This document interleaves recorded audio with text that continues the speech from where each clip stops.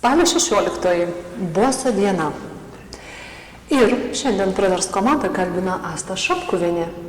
Ir jai bus šiek tiek neįtikėta, nes netrukus turime atidažyti jos asmeninio tapybos darbų parodą pavadinimu Simona. Tačiau tai ne apie tai, o apie boso dieną. Ką reiškia jums boso diena? Iš tikrųjų, tai galvoju, kad pati savo bosas esu. Va.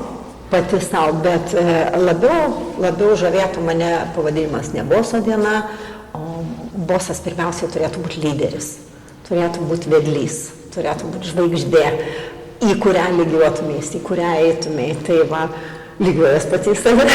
Bet iš tiesų, tai tokių bosas, tai sektinas toks pavyzdys turėtų būti. Pagarba, ne prievarta, jokiu būdu. Savaime suprantamo būdu, ar ne? Laisva žmogaus pasirinkimo valia. Bet, Asta, jūs turėjote turbūt ne vieną bosą savo gyvenimo kelyje. Taip. Profesiniai praktikoje. Taip. Kokie jie buvo? Įvairūs, iš tiesų labai įvairūs. Pradžiai gal buvo tokie tarybiniai, pasakiau, taip ir bus. O ką reiškia tarybiniai? Tada buvo toks aklas paklusimas. Pasakiau, taip ir bus, taip yra. Iniciatyva nelabai buvo pageidaujama, bet mano charakteris toks. Kaip jūs susidarot? Tiesiog, taip kaip visada aš tokia esu, atvira, tiesi ir labai drąsi. Dėl to nukentėdavau, bet visada pasakydavau drąsiai. Visas savo idėjas, visokius pastebėjimus, pasiūlymus. Man visada atrodo, kad viską galim padaryti geriau, nereikia kopijuoti, ieškoti originalumo. Ir šiandien tai galit, nes jūs pati savo bosė. Taip. Iš tiesų dirbu pati savo, bet turiu bosę, turiu kolegę, bičiulę, vadovę, mokytoją, į ką aš galiu lygiuotis. Tarybiniai laikai, girdėjom charakteristiką, ne? Ir dabar jūsų bosė. Kokie jie? Yra visų pirma, ko aš iš jos mokaus. Ramiai. Viską žiūrėti pozityviai. Tai yra tik darbas. Tai yra viskas ramu, gražu, jokių stresų, kalbam visada atvirai, visos idėjos yra ne tik kad išklausomas, bet yra pageidaujamos. Pasakykit, ką galim dar, padarom, ką norėtumėt. Iš tiesų tai yra labai gerai, už tai aš nesakau, kad jinai bosė. Jinai tiesiog kolegė, bičiulė, vadovė, mokytoja, jinai Simona. Ir išlindo. Simona, ir galbūt šiandien jai yra skirta paroda?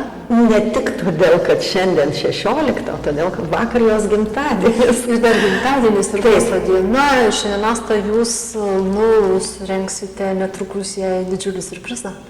Taip, manau, kad turėtų nustebti, bet iš tiesų tai buvo labai paprastai kažkaip ruošiant parodą, galvojau, kaip ji turėtų vadintis.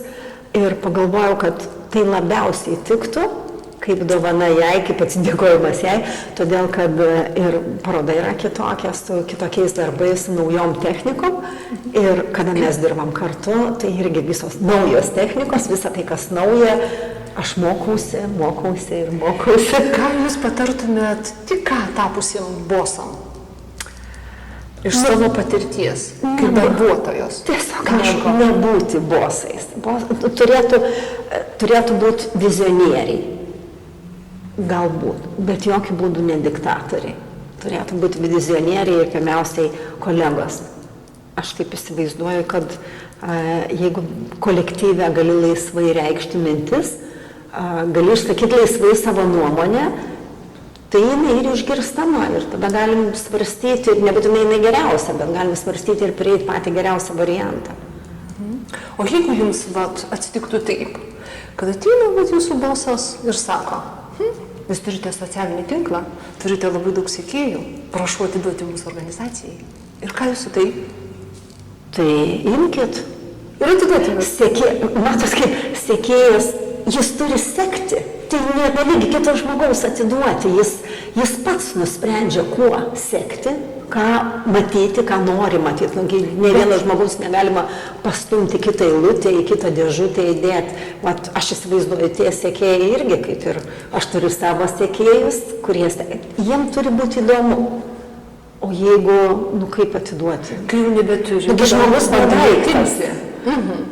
O dabar, jeigu jums bus toks pasakytas sakinys, turite būti lojalus, vat trumpai ir aiškiai.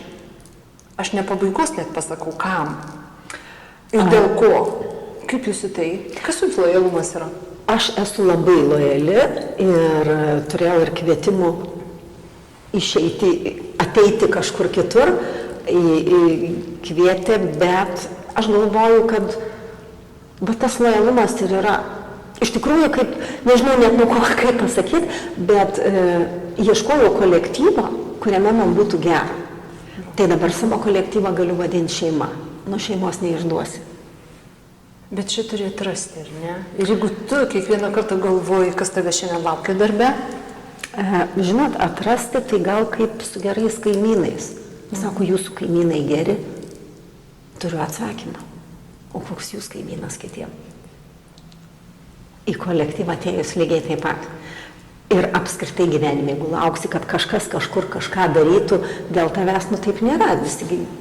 Tiesiog tik tais tada, kada duodi, gali gauti. Aš dažnai pasakau, kad savo darbę susiduriu su klientais ir jie nenorėtų vienaip ar kitaip. Ir sakau, palaikykit kumštį. Aš jums jį norėčiau dėti 100 eurų. Ne, palaikykit kumštį. Tik tais tada, kada ištiesi duoti, gali gauti. Ir jūsų palinkėjimas bosams šiandienos proga?